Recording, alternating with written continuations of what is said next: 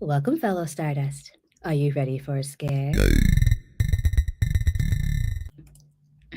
Welcome, fellow Stardust. Are you ready for a scare? Okay, that's not working exactly how I want it to work again for the second time in a row. But thank you for joining me for my second live this evening. This is going to be the last episode of Guilty Pleasures with the Guilty Pleasure Gang. And tonight we'll be talking about my two picks, Bad Milo and The Human Centipede. I know these movies, either you haven't heard of them, or you haven't watched them, or you actually hate them. So I'm excited to see what you have to say about them in the chat. I have some guests with me, as always, the Guilty Pleasure Gang. We are missing a couple, but they will be here very shortly. But first up, we have Tracker Chaos, aka TC. What's up, TC? How you Hey, doing? what's up, Rainbow? How's it going? Really good, really good. I'm so excited to talk about these two quote unquote bad movies with y'all Mm, today. yeah, definitely. We were talking about them a little bit earlier Mhm. before going live, and I said stop because we got too many good things to say before we go live. So let's just save that conversation. And up next, we have Julian from Dark Matter Campfire. I wanted to say Hey, Chaos, but Campfire. What's up? Hello, I should make hello. another blog called Dark Matter Chaos and just have a Yeah. tracker and master on there. How are you, Rainbow? Yes. Good, good. Thank you so much for being here this evening. And absolutely not the least, but last, we have LD from LD Madeira Magic. What's up, LD? What's up, Rainbow? Good to be here once again with you. Yes, yes, yes. So we are waiting again, like I mentioned, for two more folks. One of them will be here very shortly. The other one will be here a little bit later.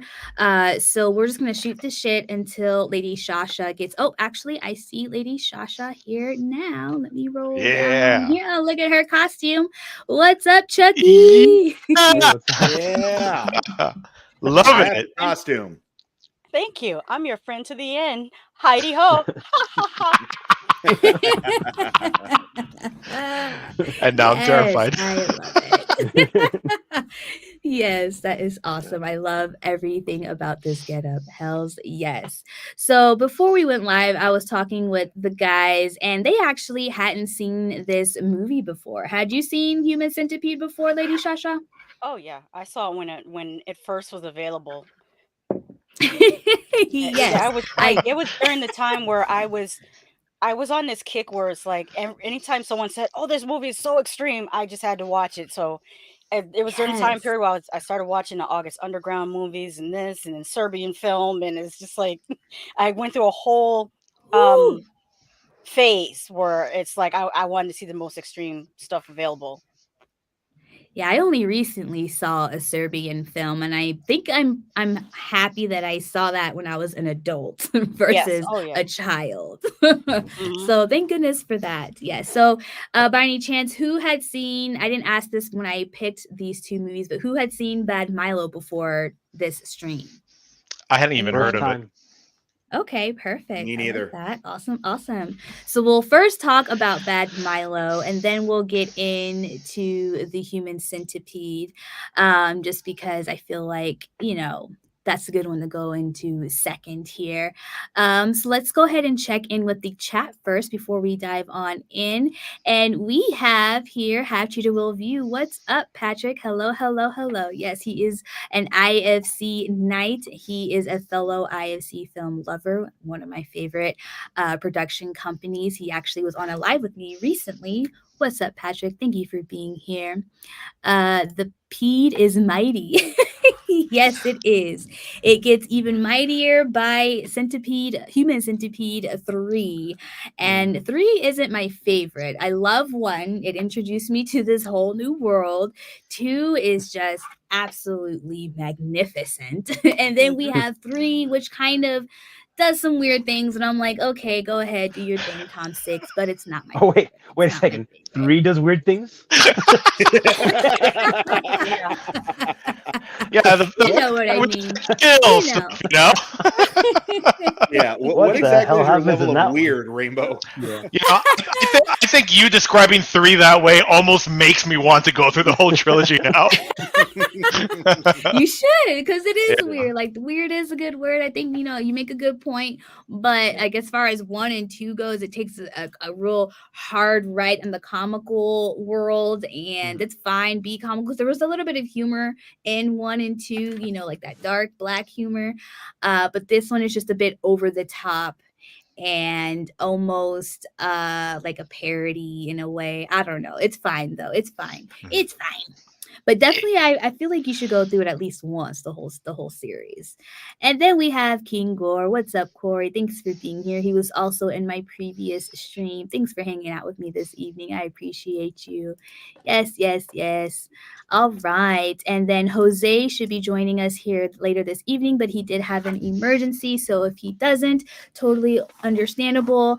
But we do hope that he does make it at least in time for our chat about Human Centipede. So first, No. we're going to get into Bad Milo. And Bad Milo is a 2013 sci-fi comedy horror movie written by Benjamin Hayes and Jacob Vaughn, and Jacob Vaughn was the director, and it premiered at South by Southwest in 2013. And it stars Kevin Marino in our lead and Jillian Jacobs, who I just absolutely love. I fell in love with her in her Netflix series called Love. Not hers, but she was in it. And she's just great at comedy. I love her timing. I love her deadpan. She's just awesome. And Kevin Marino, I know he's been in a few things. And I wanted to look him up real quick too, but like, I love him in this movie, but he just reminds me of like a cheaper Jason Bateman, who I absolutely love. Yeah. I love Jason and everything he Yeah. does. So he's just a little cheaper, but he's great. Like you should get him now while he's cheap, because he's going to hopefully, It's maybe great he won't be, value. but yeah, exactly. Yeah. Exactly. All right, so let's go ahead and get into our initial thoughts. So, real quick before we get into our thoughts, we'll go, clockwise with TC. But so Kevin Marino has intestinal issues, right? And he's got lots of stresses in his life. He's got work, which is a shitty job, and he's got his wife who's really wanting to have a baby, but he's just not ready because he has a shitty job and he doesn't have the money. He's not in the right place to have a family right now. Then he's got his parent, or his mom rather, with her new lover / husband, who is, also ready for a kid, but also is his age. So it kind of makes him feel weird that he has a stepfather who basically could be his brother, with his mother, who is talking to him about his sperm and having a kid and being a real man and all this. And yeah, so at his job, his boss is Putty from Seinfeld, who is basically Putty from Seinfeld in this movie with a little bit of a quirky twist. One thing I love that he does, and I don't like, I feel like they did a bunch of just takes and just let the camera roll for a while, and this was like a 2-second thing that they liked and put it in the movie, where Kevin Marino's boss is like, look what I can do. And he just does like a little skip down the road or down the hallway behind him, like in the background. Yeah, like a It little just hop or doesn't make something. Yeah. yeah. And it's Yeah. just so goofy and over the top parody. You could almost say this isn't a horror movie, but it definitely is a comedy horror, because we have a nasty little creature, a little nasty butt creature who ends up coming out of our lead's butt because he's so stressed about life. And at the end of the movie, his mom is like, oh, son, I'm so sorry. Like, your father had this issue, but I thought it wouldn't transfer over to you because, I just was hoping for the best. And so this whole time she could have been helping him and warning him against his butt demon that came out because of the stresses of work and having a family and things that ends up killing people that stress him out. But you love the mom so much because she's just cool and loving that he's just like, oh, mom, whatever. Now the butt demon's taken, control of, so I guess I can go on with my life. I hope that wasn't too confusing, but as you speak about your thoughts, you can talk more about the plot so the people in the audience know what the hell we are talking about. All right, TC, so go ahead. Let me know what your first thoughts were on this one. Sure. Actually, I got a question before. I know Yes. you chose these movies because you like them, but was it Yes. planned or was it pure coincidence that they're both ass themed? No, Because it was. It was. The butthole episode. I love it. Yeah. Ah, it was yeah. accidental because, like, Okay. Lady Shasha actually Yeah. picked movies I think that dealt with dicks, right? Or some shit like that. Right. And Yeah. then I was thinking about things like that too. The other side. And honest, yeah, the other side of it. yeah. But then when I came up with these, I wasn't thinking that, Oh, when picking them, that I was like, because I was but perfect. wait, I actually did achieve what I was yeah. trying to achieve. And it does, So Yeah. this was you a see the happy butts coincidence. connecting. A happy I actually coincidence. watched, Happy coincidence, and you guys are just phenomenal at themes for episodes. Yeah. You and Lady Shasha, well, amazing. because I Yeah. think it was Jose or one other person. Their Mhm. movie just had a lot of tits in them, and I was like, okay, well that That was theme That was was Jose. tits. Jose. That was Yeah, Yeah. that's Jose. Jose. Yeah. Yeah, so we gotta keep going, Yeah, had to even it Oh, out. man. You got to even it out. Yeah. Yeah, I I gotta like balance I that. like You guys swung back, and I love it. yeah, I like male frontal nudity. Yes. That's why Amazon Prime for the win. Like y'all know what we need. Yes, because I had actually talked about Bad Milo, I think last year, Yeah. and because it was a movie with my friends in the Monster Fam, we're the Monster Fam Mhm. group in Discord. So if you wanted to join, that's open to anybody who just wants to watch horror movies, I admit shows, and shorts in Discord. Like literally every single day of the week, there's like cartoons one day, old movies another day, this another day. But yeah, so I was like, well, let me just show that because I remember from that screening, lots of folks hadn't heard of it and they loved it, and it was just right up everybody's alley. So yeah, and then Centipede, I was like, why hadn't I thought of that sooner? Because it took me so long to pick these two movies. And I'm like, why didn't I think of that sooner? Because anytime I bring that movie up, everybody has a frown on their face. So of course this has to be on my list. So yeah, this is gonna be it. Yeah. Yeah. All right. So yes, let us know what your initial thoughts were, TC. Well, Bad Milo's been on my radar for a while. I never got to watch it before. Just one of those that kind of fell on Okay. got a watch list. So I'm grateful for you to choosing this one because it finally pulled it out of there. I really enjoyed it. It was really funny. The cast was great. It felt kind of like. Do you guys know what Funny or Die is? That website. Yeah. It Yeah. felt like it was like a long Funny or Die kind of sketch kind of thing because it's like all these different famous comedic actors, famous some at the time. I guess they were not that famous, some of them, but they got together and made this crazy story. Marino, I've been a fan of since The State. I don't know if you guys Yep. remember that show. It's an early '90s sketch comedy show. He came from that. That they did on MTV. So yeah, and yeah, it was great. I mean, as weird as it was definitely more digestible than the other movie. That's, Digestible. I see but- what you did there. but but it was really funny. I thought it was great. I really enjoyed it. I would actually buy it. I really liked it. Hell yeah. Yeah. Yes. I just want to say real quick, what's up to Mo from the Monster Fam? Hey. Thank you so much for being here. And King is loving your getup. He's asking, what's up with the hair? Like, he doesn't know that that's a wig. It is so funny. I'm like, okay, is he messing with us or not? I don't know. Shout out to my Yes. sister because she got this for me. She went to school for cosmetology and then she went to Yeah. film school and she always finds me like the best realist looking wigs. Hell yeah. Wow. That's what's She up. even did the hairline for me and made it look like, yeah, put this on, nobody will Okay. know. She did a little bit of plucking of the hair on the Oh edges yeah, there she, for you. she Yeah, does yeah. everything. She plucks the edges. She cuts the baby hair. She dyes the knots. I know this is all sounding like Wow. to the dude, but the women know what we're Yeah. talking. Yes. In case you need to know. In case you see her on her channel or her other channel, and you're like, but she's on this channel. What? Now you know. All right. So let's move on then to Julian. What did you think of Bad Milo? Bad Milo, I had never heard of it until you suggested it on the show last time. And it took a second for me to warm up to it, but when I warmed up to it, it was fun. And I already had the end because I love Ken Marino from The State, from a couple other places. Patrick Warburton, the boss. I'm a huge Venture Brothers fan, so to see him yeah. is great. Jillian Jacobs, I fell in love with her during Community, and Oh, yeah. seeing that the Duplass brothers were EPs on this. Mark Duplass, who I knew really well from the League. I was a huge fan of the League. So it was kind of like a group of comedy friends getting together to make a really cool, fun movie. Um, there was a stretch at the beginning where I was kind of like, okay, let me explain it this way. Like when I really like a movie, it's either because it has something deep and something meaningful, some meaning that I can pull from it, or it's really fun. And this one, I was kind of wrestling which it was going to be, but it was all fun.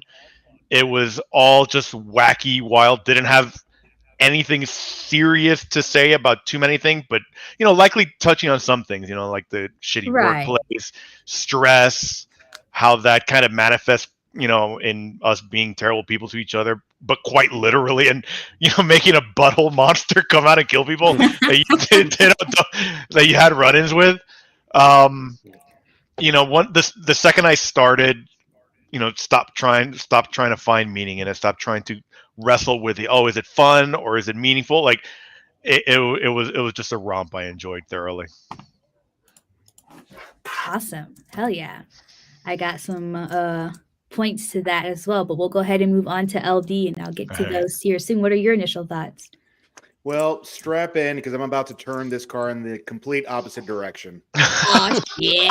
Oh shit. So Turn this car around. So I am actually putting Bad Milo in the same category as the Greasy Strangler for me. Okay, I'll take it. I'll take it.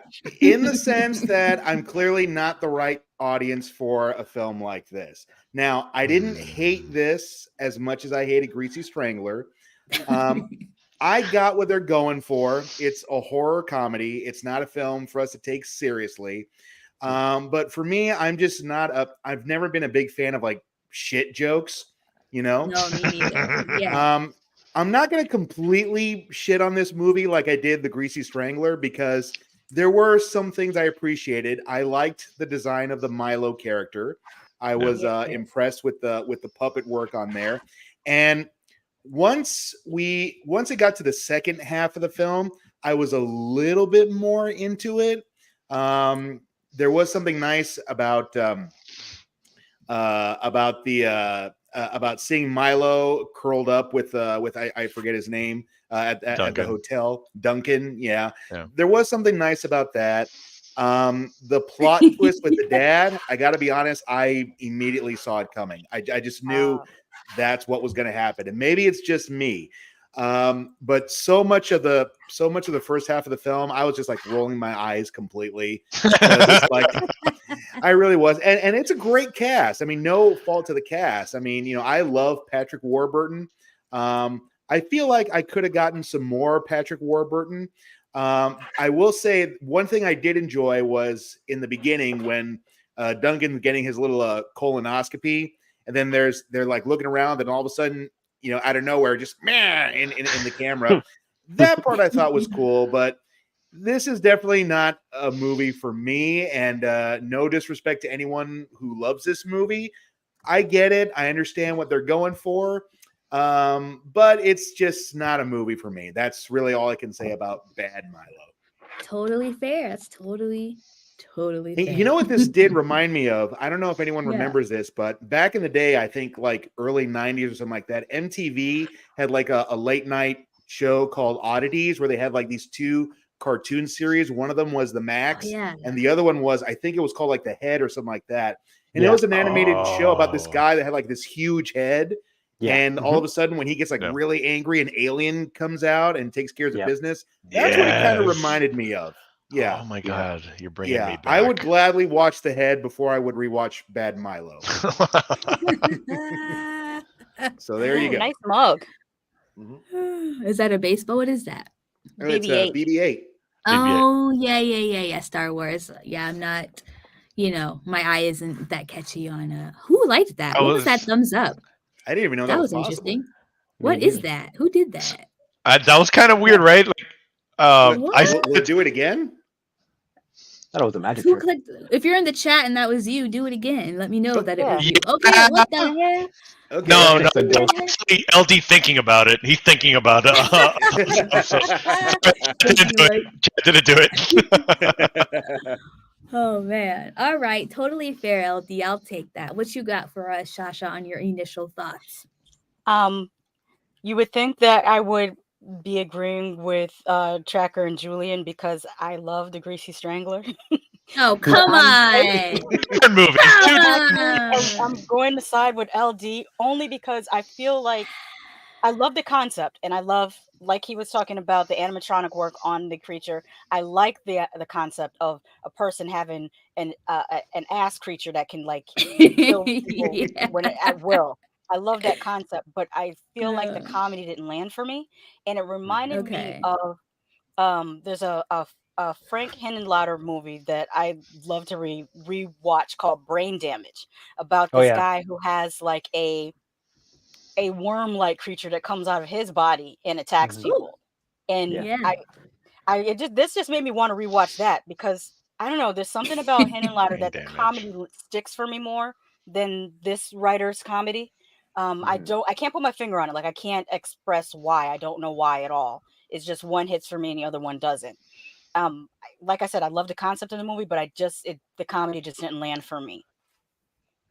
Yeah. They I should make a think Totally. sequel though, because I think you can improve upon it. Like, why stop there? right. And I think I'm glad that you said that because I think there's something to be said with the difference between the star power comedic talent that they had in that movie Hmm. and with the writing. And I Yeah. feel like Yeah. there was like whoever I think Rainbow mentioned it. I looked him up, but I can't remember his name. But I feel like the writing didn't fit the talent. Yeah. I feel like it didn't fit the strengths of the comedic people who Hmm. were in the film. And Totally also with agree with that. the subject matter, why not push the envelope even further? You already are making a movie about an ass monster. Go there. Go all the way there. Make the most, you know, non-politically correct jokes that you can do. Like that's what I Hmm. would have really pushed the envelope since you're already there. It Yeah. just seemed like they were a little bit of shy to go fully, Right. in that direction. Right. Yeah, that's very true because it still tried to like be a little bit like Community, which just comes to mind because y'all Hmm. mentioned it, or like The Office, and keep it a little bit PC, Yeah. despite their literal shit on his shirt and blood in his Hmm. cubicle, and he's just like working like normal. Mhm. And I think I just kind of like that about it. It tried to be as normal as possible, but if you Hmm. looked a little bit more closely, there were still those like weird things that you wouldn't see in those normal movies or comedy shows. Um, eh, yeah, and I think because of the star power, I think my bias kind of went toward the positive side because I loved Mhm. who I was seeing on camera. Like every single Yeah. actor I Yeah. kind of knew and already had an affinity to. And like you, I think you said LD, or was it Julian? I can't remember, who just doesn't like poop or fart jokes or shit Hmm. jokes or anything. Like That was I'm me. not about that. Like I love gore. Yes, Yeah. I love gore. I love the nastiness, but I don't do vomit well. I don't do shit or piss well. I don't even really do snot well. Like I don't like to see that. I don't like It's a to Hmm. medical talk problem. about it. Yeah. And so for whatever reason, like, or the reasons I'm speaking of, like I was drawn to this movie despite those things. And I think really what drew me in was Milo, the puppeteering and the Yeah. design. And my baby Shih Tzu, who I had, he passed a year ago. He was a Shih Tzu, and he just kind of looks like every cute, weird creature you could think of. It's like Hmm. you could see just any animal, and it'd be, 'cause my dog's name was Miko, right? And you could see any character and be like, oh, it's a Miko, it's a Miko. Just that squished tiny little Yeah. face, also kind of Yeah. ugly at the same time, especially when they're wet because they're bred to be imperfect, like deformed creatures. Like honestly, their skeletal shapes are not natural. And so Milo was kind of that. He was like, oh, just so cute, but also menacing at the same time. And I just had that connection to it too. It's Mhm. Milo and Nico, and you can have the good and the bad. Yeah. So no, like this movie is kind of just not that well made, because there's a lot of parts where the lighting is terrible. There's like lots of Mhm. weird yellow white balancing issues. The light is bright in weird places where it shouldn't Yeah. be. So yes, this is super low budget and independent, and I was able to just kind of look past that because I was enjoying the story. I loved the metaphor of, like, yeah, stress being a thing, and you're gonna either have a butt monster, or you might become a serial killer yourself because you let the Yeah. stress get to you. You didn't go to therapy, and you're gonna be slicing Mhm. people's throats. And this could be a metaphor for that. Maybe he was doing that in the real world, and he made up this butt monster in his figment of his imagination, and that's what was killing people and not really him. So if it was in a different world, it would be not a comedy. But I like that commentary of just taking care of your mental health and being honest with your, Yeah. spouse and loved ones. So yeah, but I Which he get the wasn't doing. criticism of it. Yeah, I get the criticism of it just not pushing the envelope far enough after already it being pushed so far, but again, I like how it kind of reeled it in just to kind of make it fit in your like cookie cutter vision of a movie like this. Right. Right. And I think that's fine too, because I think like ice cream movies just have different flavors, and some people like it, some people Mhm. don't, and you like it for good reasons, you like it for not so good reasons, but you still dig it anyway, and that's what we are. We're Mhm. guilty pleasures. Mhm. Yes, yes. Exactly. What's up, Emma? Thanks for dropping in. She was actually on my live stream that I had just a second ago. So if you want to check that out, we were talking about the Saw franchise. Yes, yes, yes. All right. So then let's get into our final thoughts and our rating of Bad Milo. We'll start then with TC. Well, like I said, I had been looking forward to watching it for a while, and I wasn't disappointed. I agree with pretty much what everybody said. I mean, I can see the faults and the positives of it, but all in all, I enjoyed it. I thought it was fun, so I'm gonna give it 3 colonoscopies out of 5. Colonoscopies. Yes. Love that. All right. And let's go ahead over to Julian. What do you give it? It was definitely a low budget. It felt like a more rushed film, but it did have that star-studded cast that I like, and it felt like in the end, it felt like they all were just like hanging out in a room and just putting together something fun. They were like throwing jokes at each other Yeah. and putting something and maybe adding more important themes to it, like stress and how to deal with it, how to cope with it.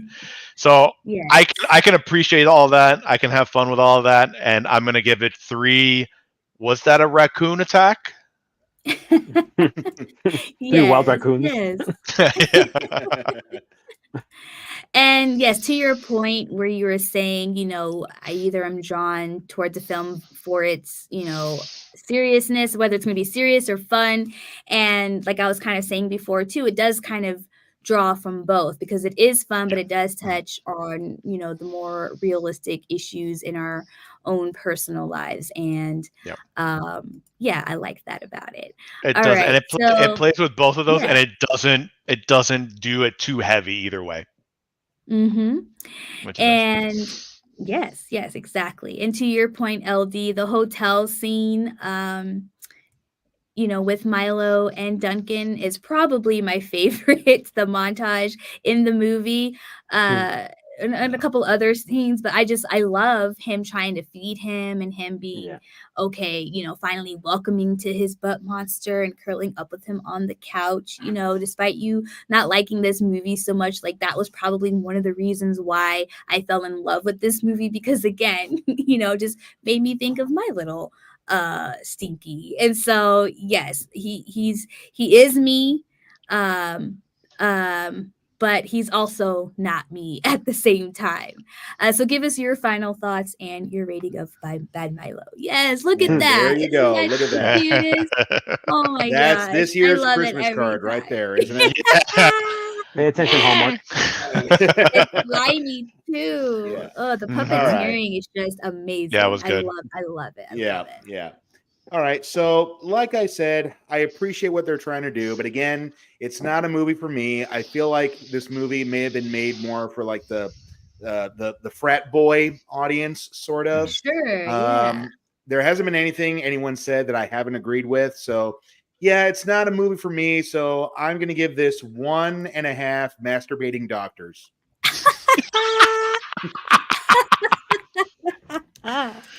Okay, okay. I There I you think that go. was one of the Duplass brothers. I think that was, I can't remember his name. There's Mark Duplass and his brother, but I think that was his brother playing the doctor. Oh yeah. Yeah, I think so. I'll take it. I'll take it. That's okay. All right, Shasha, what do you give this one? Oh, I just want to say shout out to whichever Duplass brother did creep to and just stood Oh, there Yeah. with his with all his swingage out for like the world to see. I think that was Mark. Mark, I think right? it was Mark. That was Okay. Mark, But yeah. He was just like, "You're yeah. gonna do this." Yeah. I'm giving it 1 Hmm. point for concept and 1.5 Woo! points for creature design and animatronics. So that's 2.5 animatronic butt monsters out of 5. wow. All right. Okay, okay. That isn't bad at all. 2.5 is still like a good C, a strong Mhm. D maybe. Yes, Yeah, it's yes, good Yes. scores yes. for considering some folks didn't like it. It's good scores, so that's great. Yeah. Yeah, Yeah. yeah, I'd say Well, so. yeah, I'd say for so. everyone except, you know. Yeah, Yeah, yeah. bad Madeira. Yeah. Hmm. Sorry, I'll Would you crawl up back in my butt. Yeah. You have to make the noise too. You know what you just remind me of, LD? Do you remember when Eddie Murphy had that song, "Put It in Your Butt"? And he kept like the last Oh. song at the end. It was back in like what, 87 or something? And he was Oh Oh Oh my my god, wow. god. yeah. put this in your butt, put that in. That was just like the whole song. And then at the end of the song, he was like, "Put me in your butt." I don't know. You just unlocked that Oh memory. wow. Only Eddie Murphy could have pulled that off Yeah. and done it Oh, well. I am YouTubing that tonight. Yeah. Oh, That's gonna be a shoot. ringtone. Hmm. So yeah, like I said, this movie does have its faults. You know, I could see how people can't connect with the writing or the humor. And like I mentioned before, the lighting was pretty terrible in some parts. We even had some pretty bad sound in other parts, and sound is super important. I usually fall off with bad sound, but I kept on with this one just because I was really connecting in other areas. And one of my absolute favorite movies ever is Fun with Dick and Jane with Jim Oh Carrey. yeah. Mhm. And this movie kind of reminds me of that just a little bit. So I think I had Mm. that pulling at me as well. And the details in this movie are just so much fun. Like I mentioned before, we just have nasty blood in Duncan's cubicle, which is in a bathroom. But after his partner is killed by his butt monster, you know, we just see those smudges here and there and on his shirt. And then when he is talking to his wife about the scam at work where his boss basically drained all the accounts and all of their, you know, retirement money was drained out. And then she's telling him that she's pregnant and he's not prepared for it. In the background, we see a commercial for like a juicer. And it's like the imagery of like what your stomach would be feeling or what Duncan's stomach Yeah. Oh is yeah. feeling in that moment. And Yeah. just those little things really were just a lot of fun to me. And somebody mentioned, you know, it's like a bunch of people making a movie together in their backyard in a sense. Mhm. And you feel that. You just feel the camaraderie and just the having fun and not taking itself too seriously. So And despite all of its, yeah, go ahead. I will say to that point where it does feel like they're making the movie just amongst friends. It does feel like they're like you're along for the ride. You're in the room with them. It's not. It may Yeah, not be the most polished or highest quality joke that you're seeing, but I felt at least that I was in there. I was along with them throughout the whole process. So that was I could appreciate that for the film. Mm-hmm. Yeah. And I do have to just say the CGI wasn't the best either in this one. And it's just so weird because Milo is just so perfect. And it just is so weird to me when I think about this movie all the time, like just how cheap it was, but like how awesome he looked. And I just wish Yeah. if they had just a little bit more money, it would just elevate it that much more. But although I love cheap independent movies, but it's like Milo and the rest of it didn't totally match, but he's kind of what saves the movie in the Yeah. end, because he's just the star and he's awesome. So Yeah. for One me, I question give I that. did Yeah, have, yeah, one question I did yeah. have though, for the voice of Milo, because I tend to be good at recognizing voices. The whoever voiced Milo, is he also Stitch from Lilo and Stitch? Let's see. I couldn't find, like, I looked, and they actually gave a credit to who voiced Ralph, which was his dad's butt monster, Mm. but I couldn't find a credit for Milo himself, and I thought it might have been Mark Duplass, but I don't know. Yeah, I because couldn't find it. I noticed that it sounded very similar to Stitch. So I was just Mhm. curious about that. Oh, it looks like it's Ken Marino's voice, actually. Oh, okay, Okay. cool. Interesting. I'm I, sure they I, did some adjusting in Tweaking, post, yeah. but Got it. yeah, Got it. Yeah. manipulation. Yeah, interesting though. Okay. Yeah, I didn't give much thought to that because I'm just like, oh, it's whoever. But it's cool that it's actually Ken, which makes the most sense to have it be, yeah, him because it's his what do you call it? it's Um him, pretty much, his essentially. id. Yeah, Yeah. yeah. Mhm. And I'm glad So I'm I glad you give brought that yeah. up. I'm so sorry to keep jumping No, in, no, Rainbow. no, no. I'm glad LD brought that up because Ken Marino did actually voice Stitch in the movies. Oh, okay. There you Hmm. go. No, I didn't no, he know didn't. that. No, no, he He didn't. did, No, really? no, Oh, he I didn't. didn't think so. I was I like, didn't what? think so. No, he I'm didn't. just He sitting here didn't. agreeing because I didn't even know. Yeah, yeah. I'm surprised I got three of you. I'm impressed. Good job, lady, for just sticking to it and not agreeing. And I Yeah. say, no, I think you're full of crap, Julian. Well, I believe in yes and, so I was going to go down that rabbit hole with you, man. Oh, we were talking Wow. improv. Okay, I got you next time. I got you next time. Yeah, yeah. Nah. So yes, Bad Milo gets 4 tiki torch lights lamps from me. 4 tiki torches. 4 tiki Awesome, torches. awesome. They had a good moment back in 2013 in Bad Milo, but no more, no more. All right, so now we are going to move on to the movie of the evening, Human Centipede Sequence 1 from 2009. As we all know, there are 3 movies in this trilogy. Tom Six wrote and directed all 3 of them.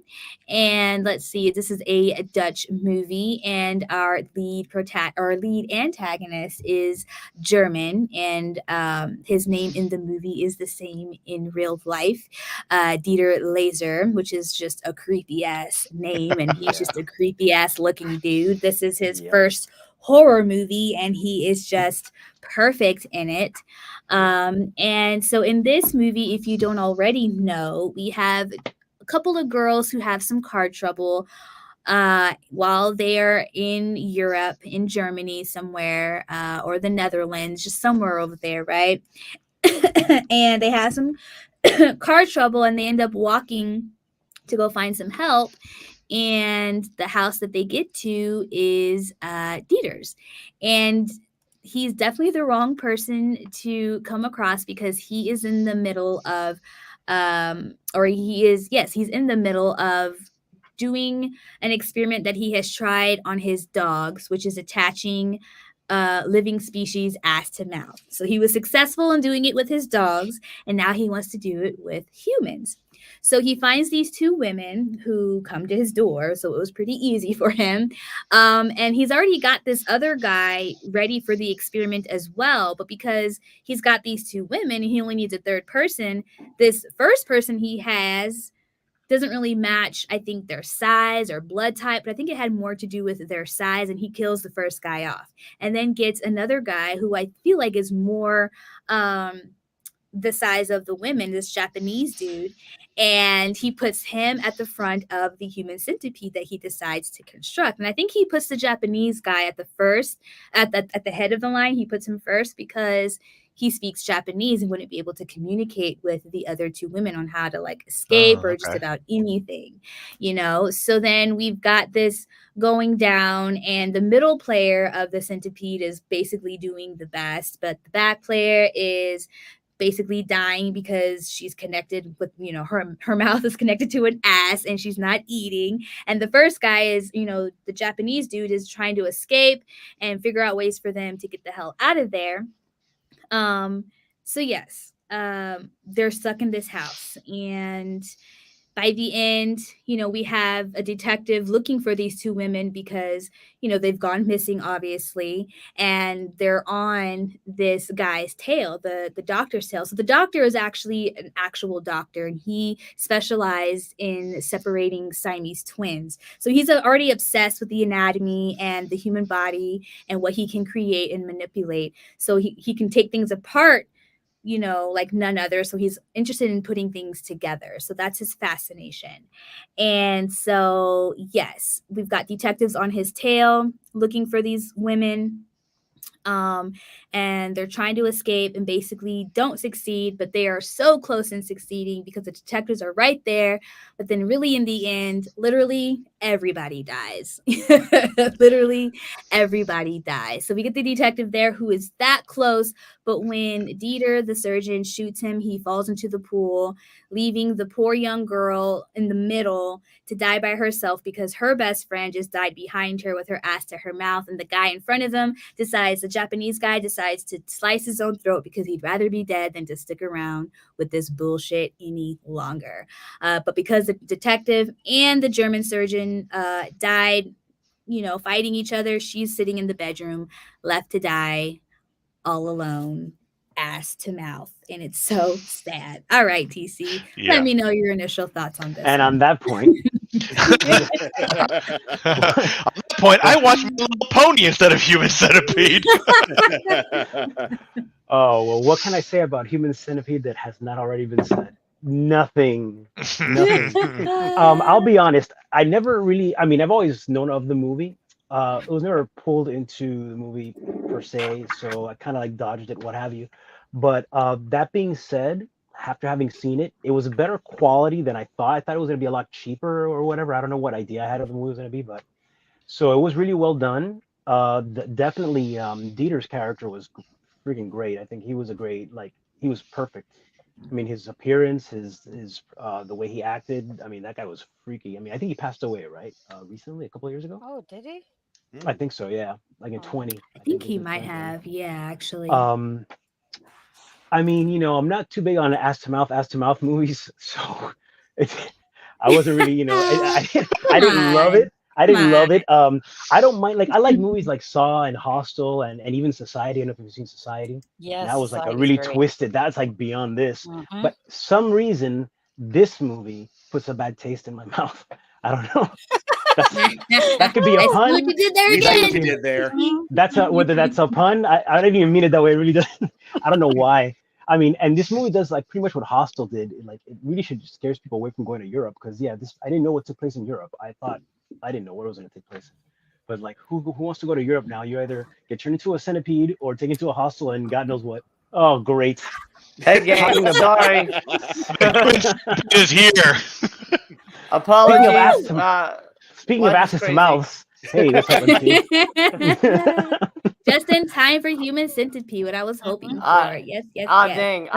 We'll get to your thoughts on that, Milo, though, too. Yes. Perfect. Go ahead, TC. I thought what would have been a really cool idea, though, outside of the movie, if they made a movie, if Dieter was still alive, and they put him together with Tommy Wiseau and did some kind of a Perfect Strangers buddy cop movie, that would have been excellent. I love that would have been the best. God. That would have been amazing. And then maybe throw in the Greasy Strangler guy, too, if you want to roll the dice, little snake eyes there. Yeah. No, we don't need that. You don't need that guy? Oh, okay. No, we don't need that. I kind of want it now. They could be like the new Three Stooges, guys. What do you think? No? Same level of comedy, same slapstick, right? Yeah. Have him do But a cameo. Just have him walk in and yeah, call somebody a bullshit artist and then walk off. yeah.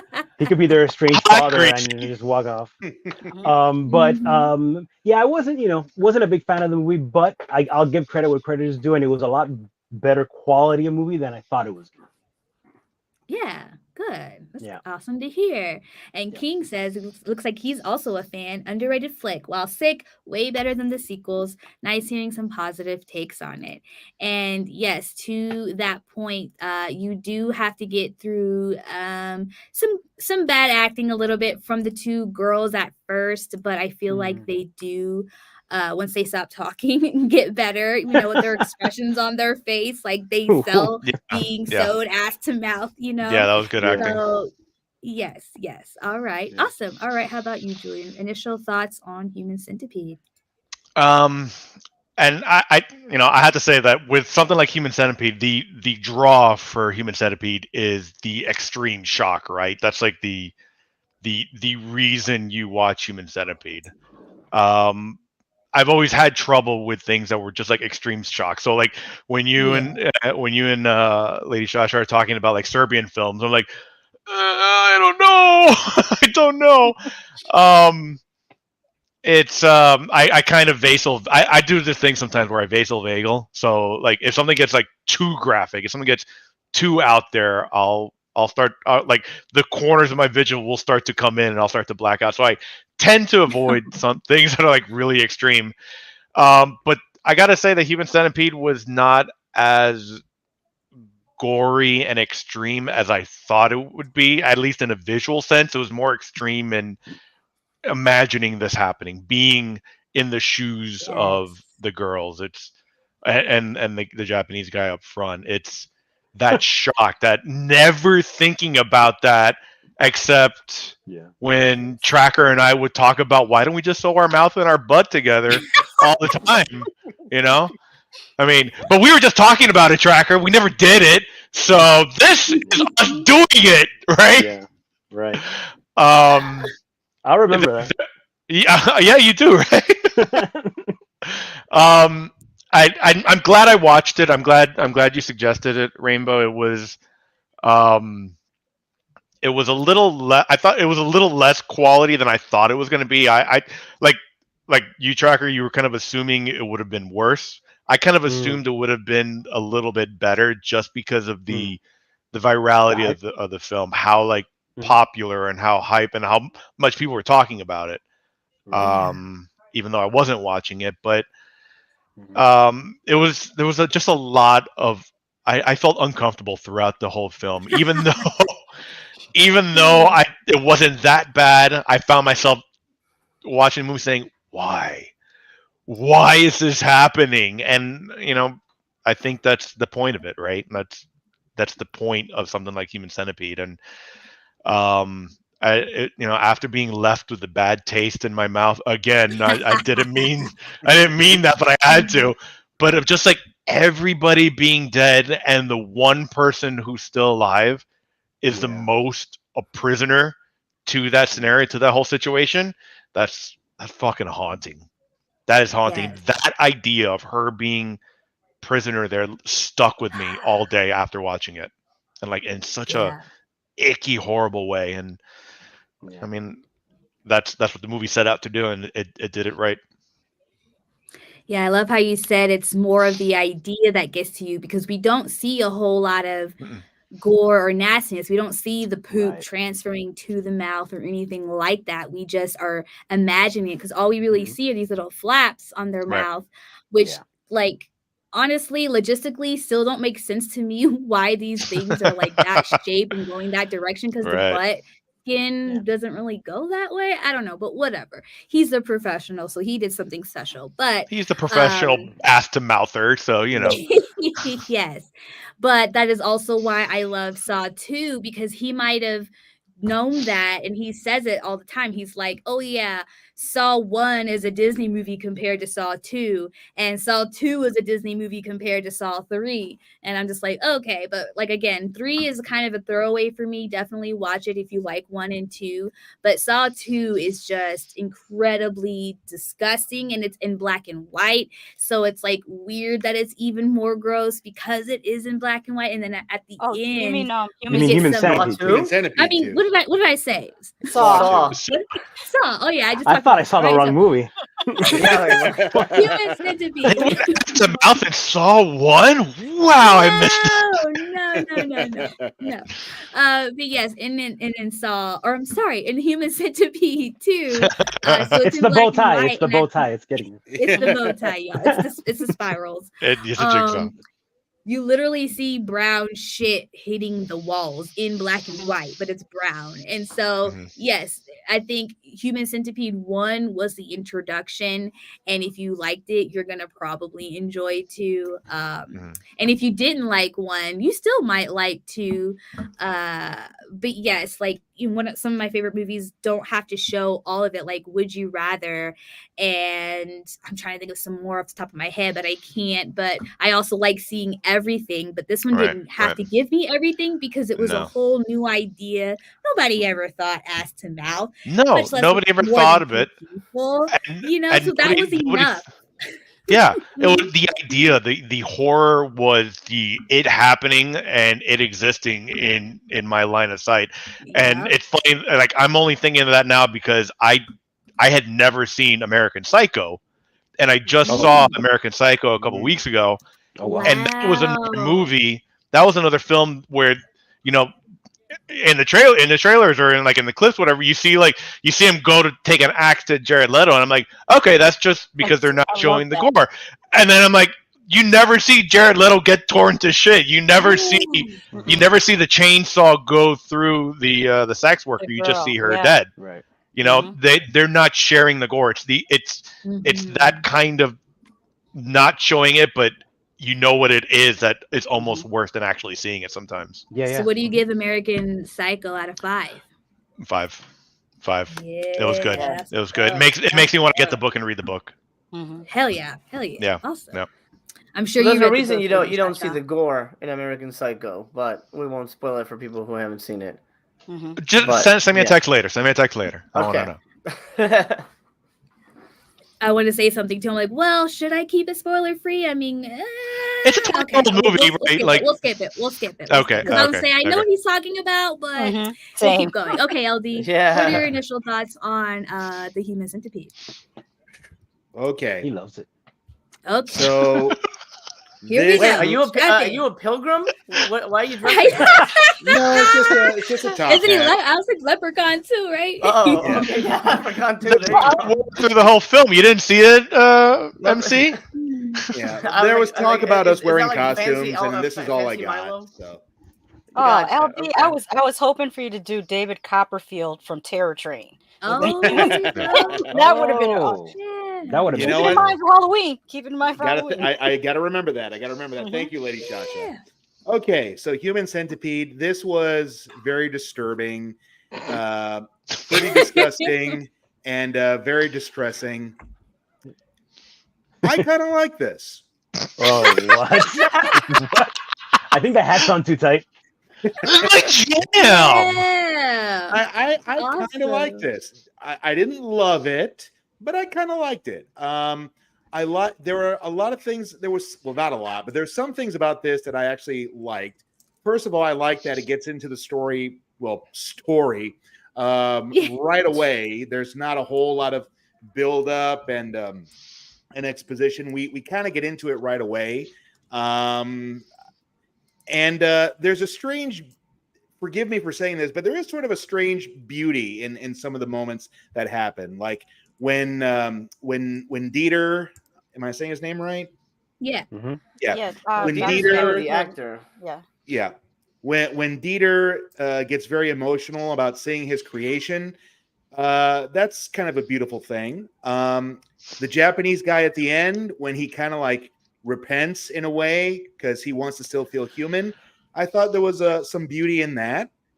And for me, the most beautiful thing was this is also kind of a tale of true friendship, because there's that one part where the girl, she's able to just like run out and just get out of there, but she can't. She has to go back for her friend. Oh, that part. I hate that so much, but I love it at the same time. Oh, yeah, yes. yeah, exactly. And then at the end, you see them like join hands as the best friend dies.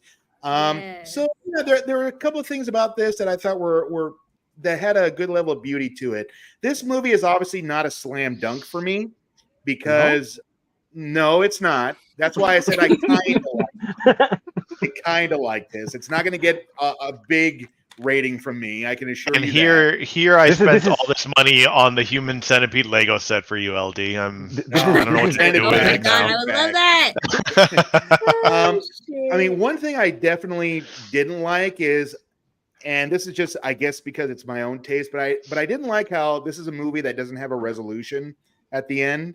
It's just like the Japanese guy dies and the best friend at the end dies, and now here's the girl stuck in the middle, and it's like, okay, the end, folks. That I didn't like. I know that there are a lot of movies that do that, and I think it's case by case with me. Sometimes it does it and it works for me, but this is one where that really didn't work for me. Where the hell did the Japanese guy come from? I don't know. He's just kind of, well, did he have him like in the closet somewhere or somewhere? I don't know.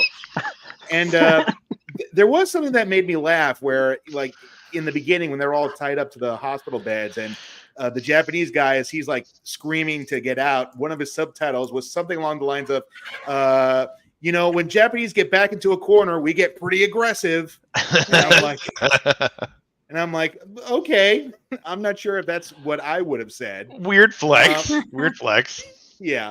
But yeah, and there does come a point where, like, halfway through, like after they're all sewn together, another reason why it's not a slam dunk for me is because after a while, for me, it kind of felt like, well, okay, now what? Now it's just kind of like, well, here they are and they're sewn together. Okay, what's next? And so that's one of the other reasons why this movie's not a slam dunk for me. LD, what would have made it a slam dunk for you exactly? Them walking down the street like that. Yeah, there you go. Getting groceries, dragging her friend like that. Yeah. Slam dunk. I don't know. I would have to think about what would have made this a slam dunk. So who it wasn't a slam dunk for? The three people. That's what it wasn't a slam dunk for. Yeah, for real. But I did think that Dieter was great. I thought he was a great evil character. It's interesting that we don't really know the why he wants to do this. You got to give credit to those two girls. Throughout the rest of the movie, they have to do the film like that, on their knees, ass to mouth. And I can imagine that as an actor, that's a tough thing to have to push through, so you got to give them credit for that. They all got knee pads, Yeah, but still, I mean, yeah. The rest of the movie, your lines are just mumbles and muffled screams, Mm-hmm. So kind of liked it. It's not a big winner for me, but still kind of liked it and kind of appreciated what they were going for. I don't think I'll do the other two movies, but I also appreciate and what was already said before. I liked how the fear was more psychological in this. And it was interesting that, like what Julian said, that they didn't have to show you all of the gore. You can kind of conceptualize it in your heads. And I think it's cool when horror movies do that. That's where it gets worse. Like, whatever you can imagine, it's always better than what they could put on the screen for you. Yeah, and I found myself getting a lot more fearful because of it plays more on psychology than actual in-your-face gore. So, yeah, that's what I thought about it. Awesome.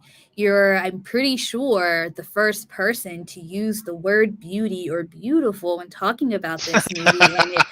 It literally touched me because I'm like, why haven't I used that word? Like, you're making me emotional, like, for this, like, friendship between these two women. And then, yeah, I got emotional when watching him kill himself. But, you made it even that much more sentimental. Like, yes, it is beautiful. You're right, LD. Like, it is. There is some beauty in Human Centipede. So I appreciate those words for sure. And it looks like for the Japanese guy, just to touch on what you were saying, I think he just kidnapped him off the side of the road. Like, after he got these two girls, he tells the other bigger homeboy who's got more of like a beer belly, he's like, you're just not a match, so you're gonna go. And then like the next scene is him pulling up in his car and pulling out the Japanese guy out of his car, like from the trunk or the back seat. And I think he just was like, oh, that guy will fit, and he doesn't speak their language, let's go ahead and grab him up. But yeah, I also didn't like the comment where he's like, yeah, if you put a Japanese person in the corner, you're not gonna like our rage. Like, I get it, because it's almost like a kamikaze thing, which he ends up doing at the end, but he doesn't hurt anybody else when he offs himself. But yeah, just hearing him speak, like, if we could understand him, was just so like painful, because it's, he's trapped in this situation and he's speaking as much as he can, but like nobody can understand him. But then we have the three of them trying to escape, just using hand signals and things like that, and it's just so sad to see them at the end be in the predicament that they are in, with everybody dead and homegirl in the middle just chilling. Okay, Shasha, what are your initial thoughts on the Human Centipede? Yes, sweetheart.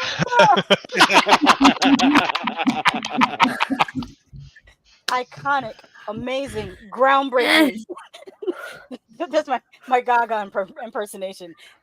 Dr.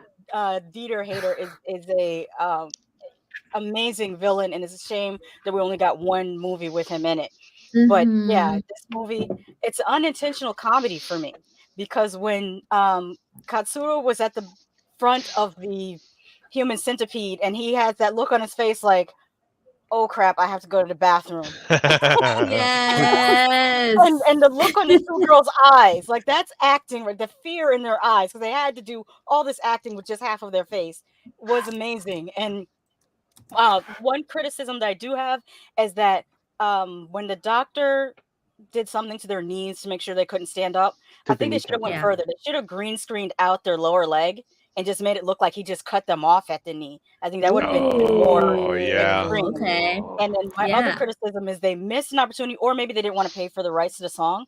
But when at the end, when homegirl is literally stuck in the middle and it fades to black, the song "Stuck in the Middle with You" should have played. Stuck in the middle with you. Yeah, well, that's how you end it. And then Michael Madsen would come out dancing around them. Yes. Now, see, TC, that's what would have made it a slam dunk for me. Yeah. Oh, okay. There you go. You just answered it. As much as I do enjoy the Human Centipede, part 2 is my jam. Like, part 2, I would probably rewatch part 2 more than I watch the original. I totally have. Because it's I need to. Yeah, the main character is so disgusting. He's the most repulsive person that I've ever seen committed to film. Like, it's amazing how repulsive he is. I think they put it in black and white to lessen how gross it is. I think that's really why they did that. They were like, this is just too gross to be in color, so we're going to take all the color out of it. But yeah, I enjoy the Human Centipede. I don't know how I should have read up on how the person came up with this concept of just like, I want to sew people together. It was a joke, apparently, like, just like funny, haha, almost kind of like Tusk in a way, not the same origin story, but like it wasn't totally serious. And when Tom Six was getting money from producers, he didn't tell them, he was telling them that it was a movie about people being connected surgically, but he didn't say ass to mouth. So nobody knew that that's what they were producing. And most of the producers, when they saw the movie, were like, okay. They didn't like get upset about it or anything. Right. But yeah, it was just, okay, there's this idea, let's see how much money we can get, and it's in secret almost. Hey, Albert, what is up? Welcome. He knows about Tusk. Yes. I also want to mention about the first guy, the truck driver. When he said he's not a match, I took it to mean like he wasn't I don't want to say genetic match, but like in order to do like transplants, people have to have like a I don't know, blood type. Sometimes that too. Yeah, I think he said something about tissue. Yeah, I took it to Yeah. mean that he Mm, wasn't a tissue match for the two girls, and then Right, that's right. why he kidnapped Katsuro. yeah, totally. I could see that too. I mean, that might make more sense, but just for the sheer size, it makes more sense that a big Oh guy, where yeah. would he even fit, you know? Mhm. But tissue and blood type totally makes Mhm. sense too. Any other thoughts before I move on to Master Chaos and his thoughts on Bad Milo? No, I can't think of anything that wouldn't be like redundant to what has already been said. So Okay, just okay. that I enjoyed it, and I this takes me back to like back when I saw this movie. I don't remember whether it was this was like almost pre-streaming too much. Like there was Netflix, but Netflix didn't carry Mhm. stuff like this. So I actually remember watching this on Cody. If anyone remembers Cody, Yeah. that's the Yeah. reason. Ooh, That's Yeah. what we used to find the wildest foreign movies. That is cool. okay. Hmm. So, real quick, just because Master Chaos, aka Jose, was a little bit late, I want to get your thoughts on Bad Milo and your rating, and then after that, give us your initial thoughts on the Human Centipede. Okay, great. Again, apologies, guys, for the lateness, but could not be helped. Bad All good, Milo all is good. Yeah. is is fucking amazing. I love this movie so much, and so I'm glad to have a chance to revisit it for this. It's a great movie. It's one of the most unique movies about the anxieties of parenthood ever made. Oh, It's one big uh, uh, poop filled metaphor for being a dad, and it's I love how I wish it had gone farther, but I like how far it goes. But I feel like in the hands of like yeah. Lloyd Kaufman, it would have been it Yeah. would have been disgusting. Yeah. But I That's think what it's almost Shasha was saying. Yes. it, Go it just ahead. feels like Oh, it would I said like Henenlotter, but Lloyd Kaufman also Same yes. deal. Yeah, yeah. Yeah. I think Henry Lauder would have made it a little cheaper. So I think this is sort of I like Frank, but I feel this feels a little higher quality, but it's also more of a like it almost feels like they were going for a family movie, almost four quadrant appeal. They didn't want to go too Yeah. gross. I mean, it's bloody and it's about Right. shit and all this stuff, but it isn't. It isn't, diarrhea everywhere. We don't see a close up of his butt as the thing goes in. And the Milo design is super adorable. They should have made plushies of that thing. Yes. Um, Yes. I would have bought right? 10. Man, Yes. For yeah, every it's room. great. Oh, It's unfortunate that there's so many movies. That's not unfortunate, but it's hard. There's so many movies being made that movies like this disappear and don't really get the attention they deserve, because this absolutely needs an audience. I think it's a worthy movie for any audience. Everybody from LD who's not used to this type of movie to people to the rest of us who are used to crazy shit. It really kind of finds a nice balance between both worlds, and I really really like that. And Ken Marino is amazing. I wish he would do more movies. I mean, I know it's not yes. up to him, but I love him, and I think he's great. This gets five poopy babies out of 5 for me. I love Bad Milo. Baby. Had you seen it before this live stream? Yeah. Okay. This is the third time I've watched it, so it Hell was yeah. but it's been Hey, it's been a couple years, so it was nice to revisit it. Jose, there is a Bad Milo doll, but they want $750 for it. Oh shit. How What? big Well, is it? shove that right How back up there. big? It doesn't say. It it's Yeah, amazing but I'm trying to because look $750. too. It looks like a prop too.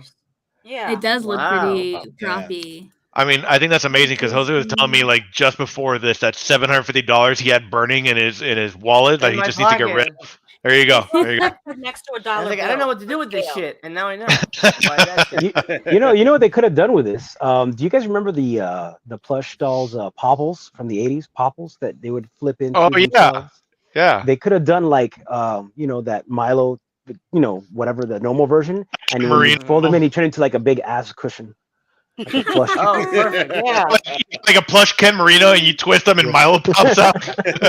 Oh man, I would love that. And okay. Similarly, Human Centipede is a movie that at the time it came out had a lot of publicity. There was a lot of like, oh shit, have you heard of Centipede? You gotta watch the movie. It's Yeah. fucking crazy. You gotta watch this shit. And so I watched it upon first release, worried that this would be like the most disgusting, atrocious thing ever. And honestly, I walked away thinking this is going to shock not all of you, but most of you, maybe LD. This is as close to a Hitchcock movie as any exploitation movie has ever gotten. It is very suspenseful. It's incredibly well made. Yes, it's about people ass to mouth, but like you guys have said, it's not graphic. It's not necessarily disgusting on that level. I think it is more playing with your mind and your imagination, and I think that's where the power of this movie lays. This is why I don't like part 2, because part two says, "Fuck you, Hitchcock. We're gonna show everything, and it's gonna be disgusting and awful." And it's just and there's a scene in part 2 that I think it absolutely turned my stomach, and this is the first time I ever came close to throwing up watching a movie. Was part 2. So I was not looking forward to revisiting that one. I'm glad that we switched to the first one, where I just consider this a way better movie. Tom Six has only made, I think, 5 movies, and the last one was Human Centipede 3.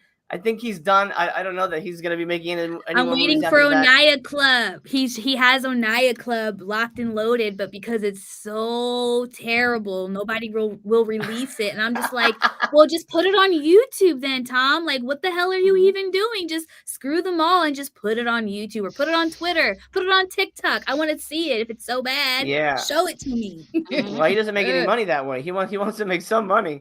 Yeah, I know, but it's like, we'll move on then. Stop talking about it. Let's just move on. But yes, it might just be bad. The last one.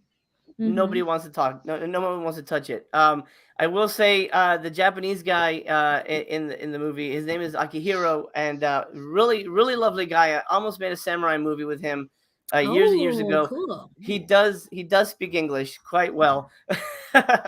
In the movie he doesn't, is why I said that. In the movie he doesn't, yeah. In the movie he doesn't, but a really nice dude, and I wish him well. I know he's been making a bunch of crazy movies. He's still in the game. And I think the girls did a good job. I think it's cast very well. The doctor's just incredibly iconic. I agree with Lady Shasha on that. And the movie's just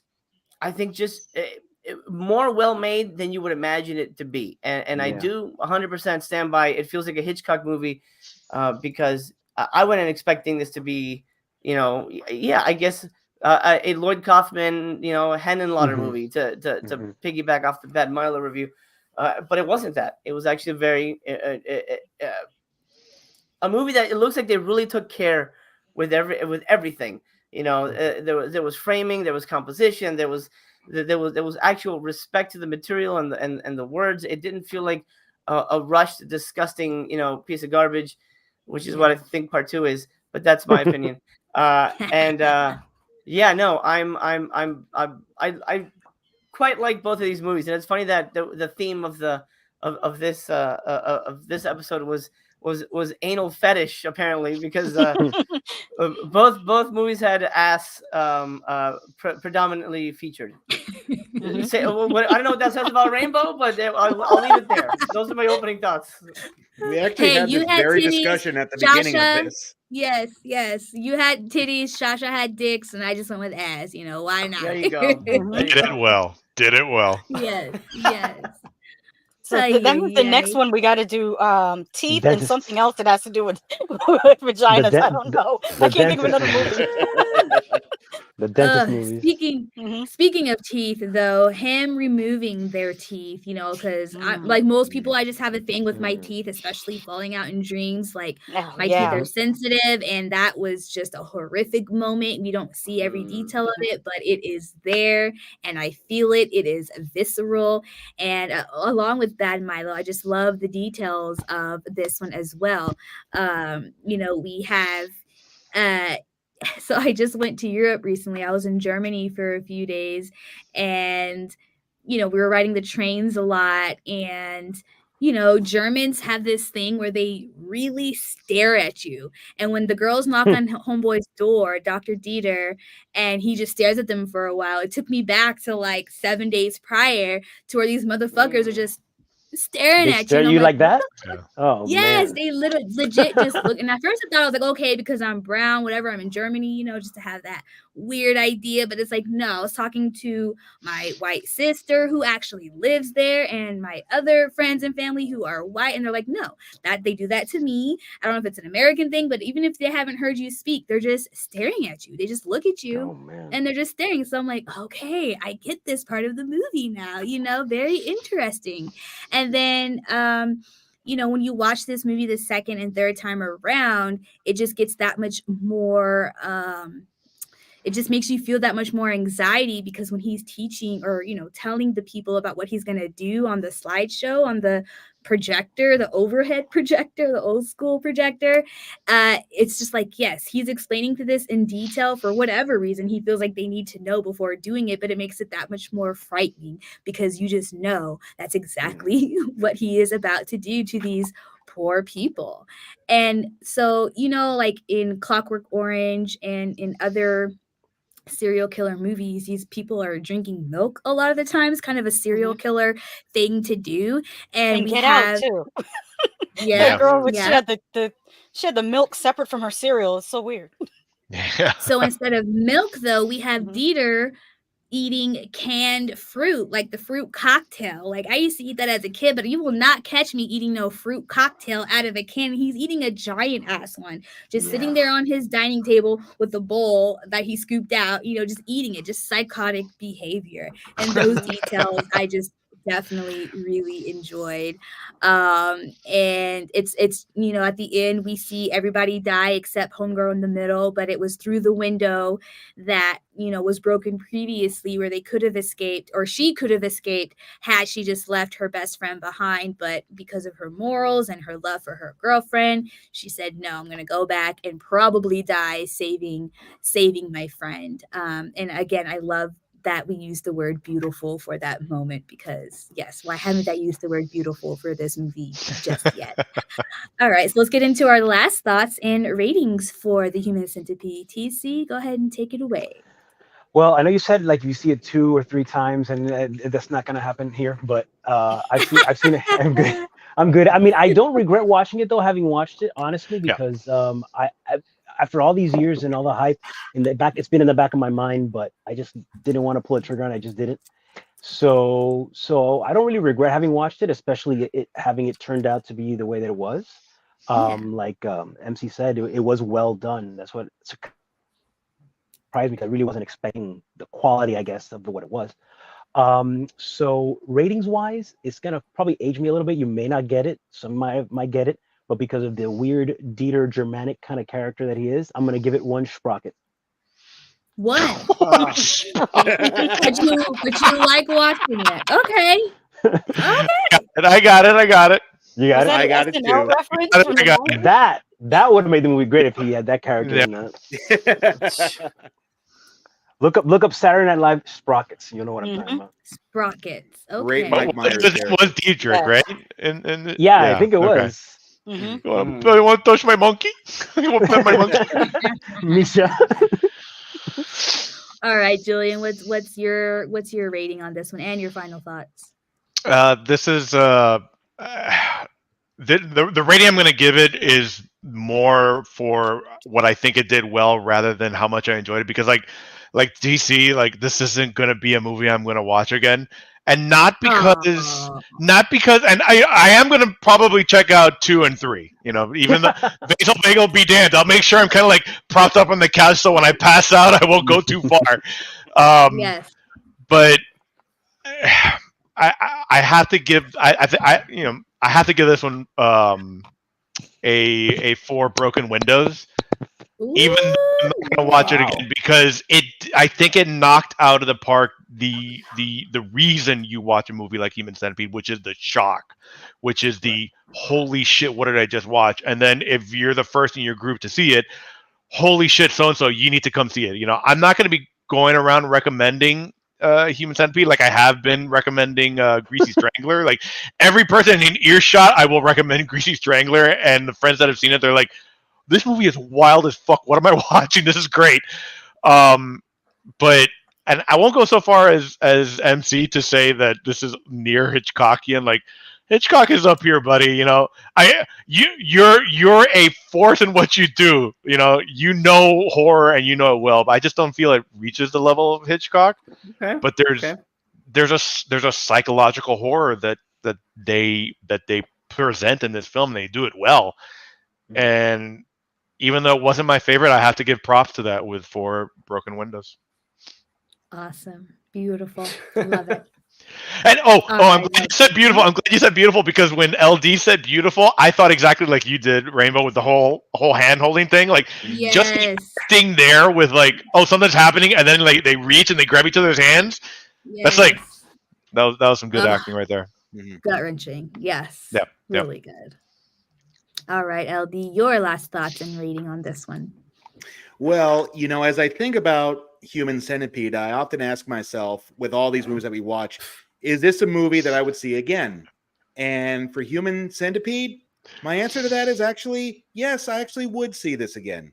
Again, This is not a total slam dunk for me. And I'm sorry, Julian, but I'm actually going to agree with what MC said. I do see this very similar to what Hitchcock would have done. I love the whole psychological horror to this. And again, the whole beauty of, the two friends really sticking together even to the very end. So, yeah, I have to say this is a very well-made movie, and I'm going to give this 4 perverted Germans in a car. Hell yeah! Wow. Okay. Yeah. Yes, and I forgot to mention to your point about why he's doing this. It did take me a few watches, but and it's not really an explanation necessarily, but he was a successful doctor separating Siamese twins. And so he wanted to be able to do the reverse. And it's kind of like John Kramer in Saw, who I just got done speaking about a couple of hours ago. But, he had just gotten over cancer and a divorce, and then he also tried to off himself by driving off of a cliff and had to pull metal out of his abdomen and then had a new lease on life. This is John Kramer I'm talking about. And then he decided, okay, I'm going to go do this to other people and make them appreciate their life. But with Dieter, there wasn't really so much of a traumatic moment, but he just was, I think, good at what he does and was probably just born a psychotic, and then got to this point in his life where he's like, well, I have enough money, I have enough power, I guess, maybe, and ability to like try something new, because I did it with my dogs, nobody said shit, so now I'm going to try it with humans.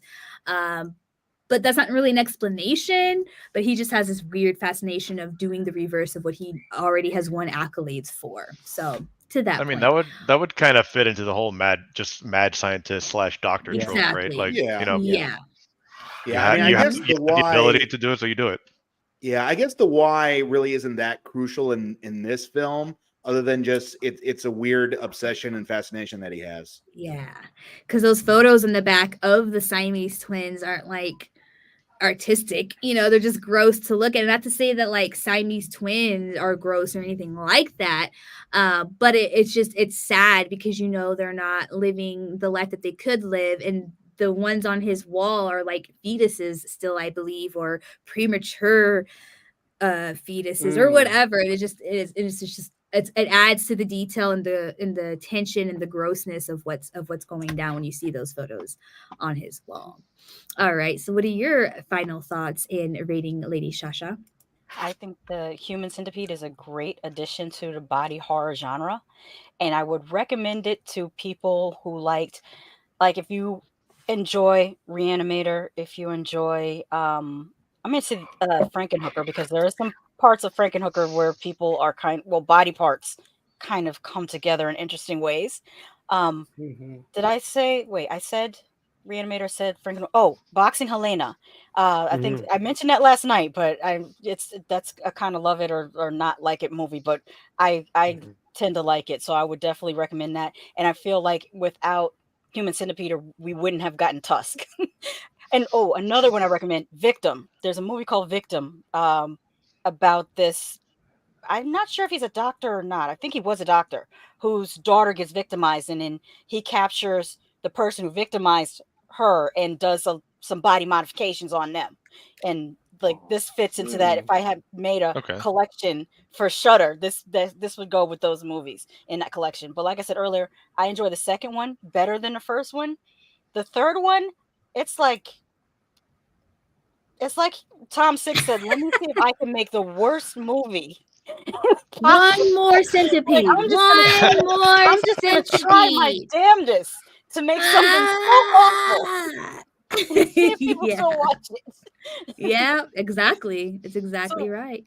So I give this 4.5 out of 5 intestinal tracts, and I'm only deducting at half because of the lower leg thing. I feel like a lower leg amputation would have like really made this perfect, and then the musical selection at the end. Yes. Oh. Very good, very good. And actually, we did discuss this South Park episode, King, because I had asked the guys, TC, Julian, and LD, if they had seen this before, and apparently it was no, LD. Did you say that you found out about it on South Park, which was only a few years ago? Yeah, I loved it. Yeah, And my favorite line from that episode is when Cartman is using it, because like the way they do it in South Park, it was Steve Jobs who creates a human centipede with an iPad, and he's giving it to Cartman, and Kyle is the one that's in the middle. And my favorite line from that episode is Cartman's enjoying it, and he's going, "Oh wow, I can check my email, surf the web, and it shits in Kyle's mouth." I just love that line from that episode. Oh my gosh. Yeah, I can stomach I mean South Park is fine, but I can't watch it every day. It just starts to grate a little bit, but it is so funny, especially really. Oh wow. Okay. Yeah. I'm a cuttlefish. That's right, King Gore. The cuttlefish. Cuttlefish. Oh yeah. Get ready. There we go. As we do our horrible accents. Love that. All right. Master Chaos, Jose, let us know your final thoughts and your rating for the Human Centipede. I hasten to say it. Great. It's a good film. I don't think it's one that I would rewatch a lot. You know, for this was the second time I'd seen it. But I was still struck by how well it was put together. I think, you know, after watching part 2, I was kind of I went cold on the entire franchise. Like, I have no interest in ever seeing anything associated with this again. Sure. But this first one is actually a really incredibly well made movie, and I think people should watch it. But I do caution those who are interested in continuing with the franchise, Julian, proceed with caution, because it does get a lot worse, and not necessarily in a they're eating poop way. There's a lot more things happening. You're like, oh fuck this movie. But honestly, though, I think what you might be referencing, you know, and maybe a couple of people might reference, like there is one scene that literally takes seconds to go down. And I think had that scene not been in there, it might be more easy to stomach, because it is just a lot of shit and poop and this nasty guy with his chest and, you know, butt hair out. But it is this one scene that, you know, a lot of people would just have a hard time with. Whatever your life and situation is, or whatever your situation in life is, like that's going to be difficult to witness. But aside from that literal like 2 to 3 minute scene, I mean, it's just as gross as Greasy Strangler or anything else. You know, it's not like, you know, coming from the depths of hell or anything like that. Well, no, it's just but a little nasty. It's not but Greasy Strangler was funny, and I didn't think part 2 was there's funny. no humor. There's no humor. No humor. No. But it's relentless. It's relentless. I'll give you that. Yeah. It's relentless. Okay. But on the in the reverse, in real life, the I forget his real name now, but the main guy in part 2, the fat guy, is actually a really sweet guy, and he's a big movie fan. And I actually talk to him all the time on Twitter, which is weird. It was like, oh my God, this is that freaky dude from part 2, but he's a really nice guy. So it's very strange. But anyway, for part 1, in honor of LD's hat, I'm gonna give it 4 beautiful pilgrims out of 5. Wow. It's such a lovely hat, LD. It's a top hat. It's not a pilgrim hat. God damn it! It's one of the worst top hats I've ever seen, dude. I don't know. I don't think it works, but it looks good on you. I was thinking Lubden, leprechaun, homie, but either way, whatever you want to call it, it'll look You're good. welcome It'll to look interpret it however you want to interpret it. That's good. There nice. you go. That's very nice of you. There you go. Rorschach hat. Well, my final thoughts. I just love the hell out of this movie. Yes, it came out in the same decade as Saw and Hostel and all those other films that I just love, and we didn't have to get all the nastiness that we've talked about. If I keep going on, we're just going to repeat things that we've already talked about. But yeah, it was, there were some faults as far as the filmmaking goes, but like y'all have said, it was better than what you think, and it could have even been better, even still. But with the money they had, and with it being just sort of like, let's just see if we can make this movie type of movie, they did a really amazing job. And the reason why this won't get 5 out of 5 from me is just the acting in the beginning a little bit and just some of the lighting. But I almost feel like when I talk about it out loud, because I haven't really talked about this movie with a whole lot of people because they don't want to watch it, or they watch it and don't want to talk about it. But I'm like, okay, well, if the acting was so bad or whatever, maybe it was almost intentional, because Tom Six definitely intentionally set this up to be your typical horror movie, just to have it go a super hard left. So did he intentionally not find good speaking actors, to start this movie out? Because that's my big criticism of it. But again, they did well when they weren't speaking and just using gestures. But I think I just would have appreciated better speaking actors at the start of it. So that's why I go down to a 4.5. But on to Shasha's point though, too, with the whole knee thing, like I didn't go as far as taking off the whole calf, but if you were going to take away the calf, like I wanted to see, I guess, a little bit more of that, because after we see him just stretch the knee skin a little bit to make the dotted line, we don't really see anything else happen with the knees. They just look like normal legs and nothing happened to them. Yeah. But that's pretty minor. I don't really, I guess, think about it too much or care about it too much. But every time I see it, I'm like, well, what else happens then? What else on top of that? But for me, yes, 4.5 surgical diapers out of 5 is what I'll Did you also see it when it first came out? Like right away? Right away, sure. Definitely not in the theaters, but it definitely had to have been the first year or two. I can't exactly remember where I was or how I felt or what, because I've watched it just, countless times as well as 2. I've probably seen 3, maybe 3 times, but I can't count how many times I've seen the other ones. Just so Right. many. Mm-hmm, Okay. mm-hmm. All right. Well, any final thoughts that you guys have lingering on your mind about either of the 2 movies, Bad Milo or The Human Centipede? No, but I would say that sorry, Lady Shasha. No, go ahead. I would say both of them deserve more of an audience and more of a chance to. More people should give it a chance, basically, because I think both movies are very well made and very entertaining, and I think I don't think anybody would be disappointed watching either movie. So they should, if it's even in their radar, they should track them down. Okay, go ahead, Lady Shasha. My final thought is actually not about both of these 2 movies, but another movie that I want to mention. On Friday, I watched The Exorcist, and I just want to say that you did a great job, Jose. I'm so proud of you. I can't thank wait you. to see the next thing that you do, and to let everybody know that it's on Amazon. You can rent it. Is it on Amazon already? Oh, yeah, it's on Amazon. Yes, it is. Oh, good. Yes. Well, thank you so much. Thank you. I really appreciate that.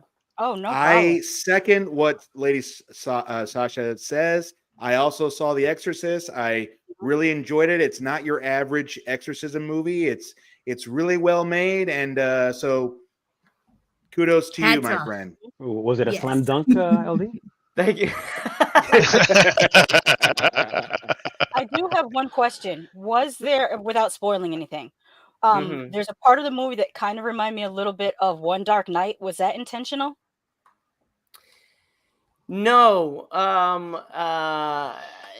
no, it wasn't. But I think just location wise, maybe that's where you got that vibe from it. But no, but that's a cool movie though. Yes. Yeah, so real Won't say quick, anything else. tell us about The Exorcist, John. I'm sorry, not John. Jose, my last stream, John. my friend Yeah. John made a movie too, and I was like, John, tell us about your short movie because it was his first movie. Oh, Yeah. And nice. so now my second live stream today, I have another panel member who's made a movie. So yes, tell us, Jose, about this movie.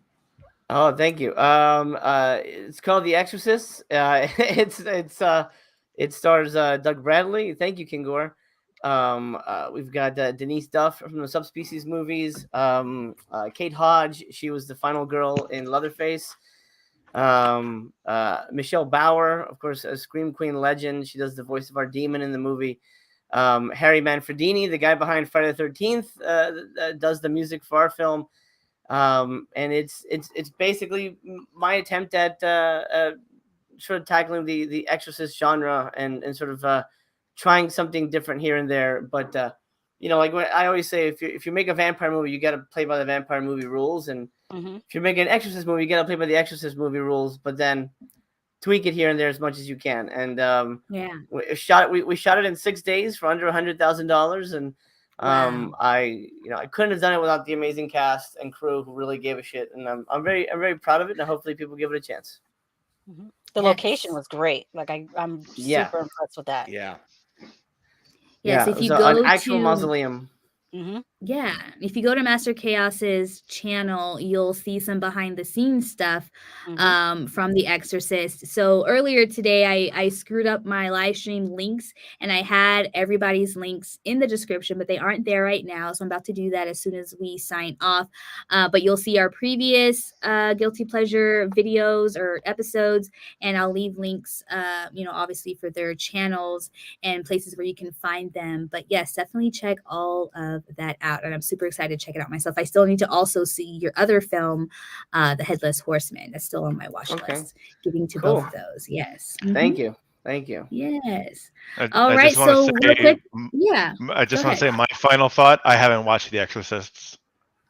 Okay. Very good.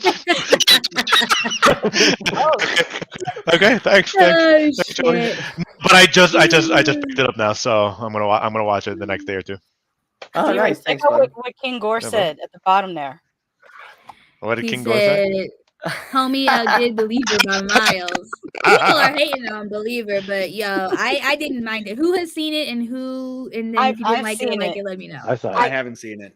I feel like it was a fun movie, but when you try to link yourself directly to The Exorcist, which to me is like the one of the most perfect horror movies ever made. Yeah. You're already kind of at a disadvantage. Movie in general, yeah. But I think it misunderstood The Exorcist by not really letting us, like, it didn't introduce the characters well enough.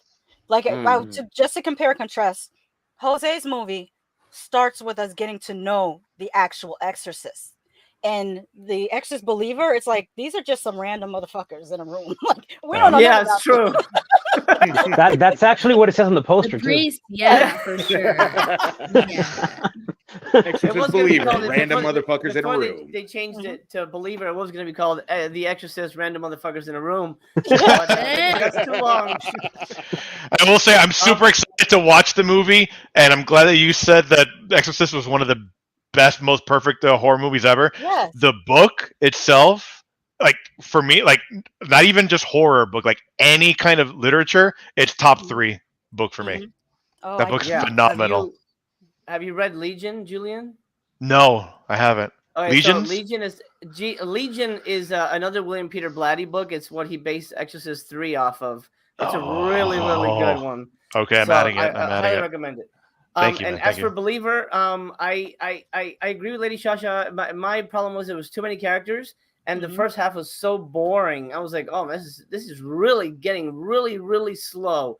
And then when you finally get to the exorcism stuff, it goes in such a weird direction. Let's just invite everybody and have them yell at these girls. And I don't know. At the same time, it wasn't terrible. It was well made. It was fun. You know, I can't say it was. I mean, what they we won't say it here, but what they do to Chris McNeil is awful. What a stupid choice. But it's not a shitty movie in terms of like it was badly made. It's just full of bad choices. Yeah, I think for the younger generation, if they've never seen The Exorcist, they're gonna love this movie. But apparently not. Apparently, no one loves it. It's wow, completely failing. Oh, yeah, no, it's on fire. When I went to a screening in Orlando, and the kids, they were like jumping and screaming. They really enjoyed it, but they were really young, like born in 2005, like young. Oh, well, that's good. That's good. But like the theater I went to, there was like it was opening weekend. There was like it was me and my family and like 3 other people, and so it was like it was almost like zero interest from what I saw. Wow! You know what's interesting? I know that at Halloween Horror Nights, that was one of their haunted houses, Exorcism Believer. Here in Orlando. So you can tell that they had a lot of faith in it. Yeah, they had both characters dressed up like multiple times, like in the scare house. I didn't go through it. I cheated. I just went on YouTube and watched somebody walk through with a camera. I'm like, I went to Halloween Horror Nights before, and at my age, standing in line for an hour and a half to walk through a 5-minute maze is just no. I'm not doing it. Agreed. But I watched the scare house on YouTube, and they had both the Catherine and Angela. They had like several Catherines and Angelas popping out at people. So that looked fun. They were great though, as child actors. Like holy hell, like they were amazing. The both of them. It kind of, I think rubs people the wrong way that we get one more than the other. But I think it would just be too much if they were completely equal. We had to have one that was a little bit more involved than the other. I feel like. But they could have went harder with the dialogue, because demons are supposed to talk shit, and I stand by that. Yes, absolutely. And just to reference my movie, I wanted to go harder, but they told me I had to stay PG-13. So really? There was some stuff I had to cut out. And actually, my actress who plays my possessed girl, she literally spoke Latin, and like she had studied Latin, and the producer said no. So there was a couple things we couldn't do, because it wasn't PC enough or something. Yeah. Well, they didn't want to worry about subtitling it, which wow. Yeah. I'll subtitle it for you. They didn't. Like there's a part in Exorcist where Reagan is like, "Plum de ma tête," and they never subtitle that. Just Latin. That's it. Like you don't. Oh, I know, and I mean, the thing she does with the crucifix and oh yeah. Well, we won't say it here, but anyway, you know what happens to The Exorcist, and we wanted to do that shit, but we were not allowed. But that's okay. Maybe on the sequel, we'll see. Yes. Okay. Hell yeah! So there might be a sequel, possibly, or you want one to be, or want there to be? Well, possibly. It's from what I'm hearing, it's doing very well for them, and we're actually we're getting a DVD in January, so nice. That's another like proof that it's successful, and so hopefully, who knows? We'll see. We'll see what happens. All you have to do is put an apostrophe at the end. The Exorcist. Oh yes. Exactly. Yeah. Very good. Well, thank you again to everybody in the chat, and thank you to the Guilty Pleasures gang for this awesome series that we've just done. This is our last episode, and we appreciate you hanging out with us for the past 2, maybe 3 months. And yeah, so until possibly next time, we love you all. Thank you, and we hope you have a great week next week. Peace, y'all. Bye, guys. Bye.